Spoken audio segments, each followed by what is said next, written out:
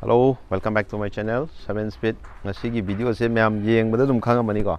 Ngasigi aigi topic se karigi damakta no aikoina Swift consider tawji Swift mayamna maruina Swift se mayamna pamdabagi maram haiba tare saseng haragadi Swift pamnabagi maram ai samlapa maram manga khatang haijage ado mayam su dum comment na pibiro Swift ki maruiba maram manga dagi aikoina mayamna lainaribani haibagi kenosida mayam comment sunga shedna pibiro ado yengse kari maramdagi mayamna haiba gari si pamlebano haibdo so video si subscribe shedna tawbiyo adagi like tawbiyo share shedna tawbiyo ko adi hawrsi ko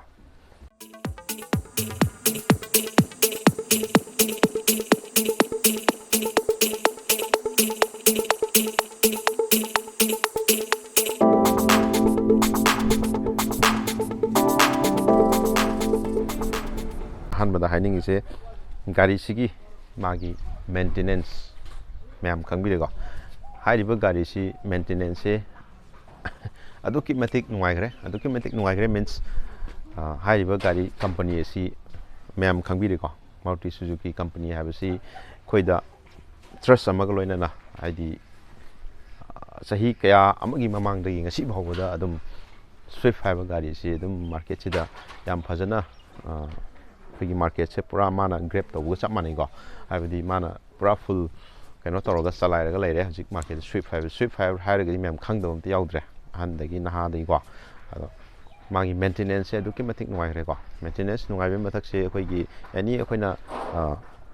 workshop amada hekta ko workshop amada hekta chalaga magi keno mas part ama yaktaba khotaba matam da so dum hariba workshop tani khangde amada khangde local gi go ado dum keno tawrsu dum ngamme ko magi ke nuai ba amna ko adana maintenance ki di damak tadi wabi rano nungai ba gari ni ko aduga number 2 point ko number 2 point da gari jigi magi refinement je aduki matik khoi gi gari si engine je start tawi haiba ka su khoi khangdaba ka su marmak te yawbani ko gari se magi refinement je aduna gari se op tawr winning da adum on tawr thanam bagumba masigi engine akhoi cabin da su noise vibration kya laitaba ko magi engine refinement je aduki matik yamna kai tare magi segment da haiba tare ko refinement gi damak tadi mokhoi ji adum yare haiba tare ko engine refinement is a big thumbs up ko refinement damak ta kemte warning leidre ko number 2 point clear oil ko aduga number 3 home subada koi haining ji magi resale value je ma se aduki matik atai gari ga sum yengna ku matam da Swift ki magi resale value je aduki matik wangre haiba tare aduna ma se ke dore akoina gari se matam ghar si nor matung da amuk khoina yonthoke ko natai cha da khudong cha da leibadagi paisa ge sin bala phat yonthoke har ga su ma se adum mayamna pamna bo oiba chumi ko mayamna pamna bani na ma se yon bu su khoi da yamna haidi nungai taba pot product habado oidre ko ma sa aduki matik Maruti gi Suzuki gi ni haiba nataba magi Maruti Suzuki da mayam leire ko gari se makal mayam leire adaida haiba marak tu da khoi Swift haija Swift sina hen namuka magi sales khoi gi amuk yonthoi onjin da yamna nungai ba ama oiba gari oiba si Swift se ko number sigi third point clear ore ko number 4 point da ina haining isi gari si ko step 4 point si dai mention ani khatang tawjara ke my point je sidem punjal lagi ko ma se akhoi gi kya tare magi akhoi gi gari gi mileage sai batare ko mileage se kamai tawge har kanda gari atai magi sigi premium hatchback sigi gari sida magi atai segment mayama siga manaba segment da leiba mayam singje mohoi ga yengnawa matamda sisina mileage se kitang phaba haigadra mileage se kitang phajai ko atai ga yengnawa kanda mileage se akhoi gi city da kaida sum thawu kanda 16 17 ko adum phangba ngame aduga highway thâu cái này khơi 20 plus có cái nào cũng 22 23 cái thâu hay bây giờ đâm giàu được nó đâm giàu có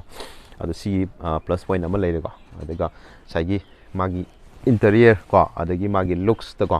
kitang premiumness akoida kitang ka hadare low budget ki gari man da kitang premium ama akoida feel ama tahon ma dare ko adugi point ani se punjala kan aigi number 4 point da hajagre ko sima clear oil ko aduga number 5 khwaidagi akhoi last manga suba point se kai oigadagi har kan da gari se ꯑꯩꯈꯣꯏꯒꯤ ꯁꯤꯒꯤ ꯒꯥꯔꯤꯁꯤꯒꯤ ꯋꯥ ꯈꯛꯇ ꯅꯠꯇꯅ ꯑꯩꯈꯣꯏꯒꯤ ꯃꯥꯔꯨꯇꯤ ꯁꯨꯖꯨꯀꯤꯒꯤ ꯑꯩꯈꯣꯏꯒꯤ ꯃꯥꯒꯤ ꯃꯥꯅ ꯕ꯭ꯔꯦꯟꯁꯤꯒꯤ ꯑꯩꯈꯣꯏꯒꯤ ꯒꯥꯔꯤ ꯄ꯭ꯔꯗꯛꯁꯤꯡꯁꯦ ꯑꯌꯥꯝꯕ ꯑꯩꯈꯣꯏꯒꯤ ꯕꯖꯦꯠꯁꯦ ꯌꯥꯝꯅ ꯑꯩꯈꯣꯏ ꯍꯥꯏ ꯑꯣꯏꯗꯕ ꯃꯥꯒꯤ ꯒꯥꯔꯤꯒꯤ ꯄ꯭ꯔꯥꯏꯁ ꯃꯥꯒꯤ ꯁꯦꯒꯃꯦꯟꯁꯤꯒꯤ ꯃꯇꯨꯡ ꯏꯟꯅ ꯃꯥꯒꯤ ꯄ꯭ꯔꯥꯏꯁ ꯃꯥꯒꯤ ꯂꯤꯃꯤꯇꯦꯁꯟꯁꯦ ꯑꯗꯨꯝ ꯀꯩ ꯍꯥꯏꯇꯥꯔꯦ ꯑꯩꯈꯣꯏ ꯀꯃꯟ ꯄꯤꯄꯜ ꯑꯃꯅ ꯏꯔꯥꯏ ꯂꯥꯏꯅ ꯏꯐꯔꯠ ꯇꯧꯕ ꯉꯝꯕ ꯕꯖꯦꯠꯇꯁꯨ ꯑꯌꯥꯝꯕ ꯃꯈꯣꯏꯁꯦ ꯄ꯭ꯔꯗꯛꯁꯦ ꯄꯨꯊꯣꯛꯑꯦ ꯍꯥꯏꯕ ꯇꯥꯔꯦ ꯑꯩꯈꯣꯏꯒꯤ ꯃꯥꯔꯀꯦꯠꯀꯤ ꯑꯩꯈꯣꯏꯒꯤ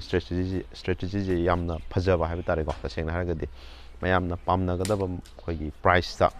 ꯌꯥꯝꯅ ꯂꯥꯏꯅ ꯏꯐꯔꯠ ꯇꯧꯕ ꯉꯝꯅꯕꯒꯤꯗꯃꯛꯇ ꯍꯥꯏꯕ ꯇꯥꯔꯦ ꯄ꯭ꯔꯥꯏꯁꯁꯤ ꯌꯥꯝꯅ ꯑꯗꯨꯝ ꯑꯦꯚꯔꯦꯖꯇ ꯃꯌꯥꯝꯅ ꯏꯔꯥꯏ ꯂꯥꯏꯅ ꯏꯐꯔꯠ ꯇꯧꯕ ꯉꯝꯅꯅꯕ ꯑꯌꯥꯝꯕ ꯄ꯭ꯔꯥꯏꯁ ꯁꯦꯒꯃꯦꯟꯁꯦ ꯑꯗꯨꯝ ꯐꯖꯕ ꯍꯥꯏꯕ ꯇꯥꯔꯦꯀꯣ ꯋꯥꯏ we R ꯀꯟꯁꯤꯗꯔ Maruti Suzuki swift ꯍꯥꯏꯕꯁꯤꯗ ꯍꯥꯏꯔꯤꯕ ꯄꯣꯏꯟ ꯃꯉꯥꯁꯤꯒꯤ ꯃꯇꯨꯡ ꯏꯟꯅ ꯒꯥꯔꯤꯁꯦ ꯀꯟꯁꯤꯗꯔ ꯇꯧꯕꯅꯤ ꯍꯥꯏꯕꯁꯦ ꯑꯩꯒꯤ ꯁꯥꯏꯠꯇꯒꯤ ꯍꯥꯏꯖꯅꯤꯡꯉꯦ ꯑꯗꯣ ꯃꯌꯥꯝꯒꯤꯁꯨ ꯍꯥꯏꯔꯤꯕ ꯒꯥꯔꯤꯁꯤꯒꯤ ꯃꯇꯥꯡꯗ ꯑꯍꯦꯟꯕ ꯑꯦꯛꯁꯇ꯭ꯔꯥ ꯑꯩꯈꯣꯏꯒꯤ ꯅꯣꯂꯦꯖ ꯄꯤꯕꯤꯅꯤꯡꯕ ꯂꯩꯔꯒꯁꯨ ꯀꯃꯦꯟꯗ ꯍꯥꯏꯕꯤꯔꯛꯑꯣ ꯁꯣ ꯉꯁꯤꯒꯤꯗꯤ ꯚꯤꯗꯤꯑꯣꯁꯤ ꯁ꯭ꯋꯥꯏꯗ ꯁꯨꯝ ꯂꯣꯏꯁꯤꯟꯖꯔꯒꯦ ꯃꯌꯥꯝ ꯇꯤꯜ ꯗꯦꯟ ꯕꯥꯏ ꯕꯥꯏ ꯁꯤ ꯌꯨ ꯑꯗꯣ ꯒꯥꯔꯤ ꯊꯧꯕ ꯃꯇꯝꯗ ꯀꯥꯎꯔꯣꯏꯗꯕ ꯑꯃ ꯁꯤꯠ ꯕꯦꯜ ꯁꯨꯡꯁꯣꯏ ꯁꯣꯏꯗꯅ ꯐꯥꯕꯤꯌꯨ ꯍꯦꯜꯃꯦꯠ ꯁꯨꯡꯁꯣꯏ ꯁꯣꯏꯗꯅ ꯍꯥꯞꯄꯤꯌꯨꯀꯣ ꯁꯣ ꯁ꯭ꯇꯦ ꯁꯦꯐ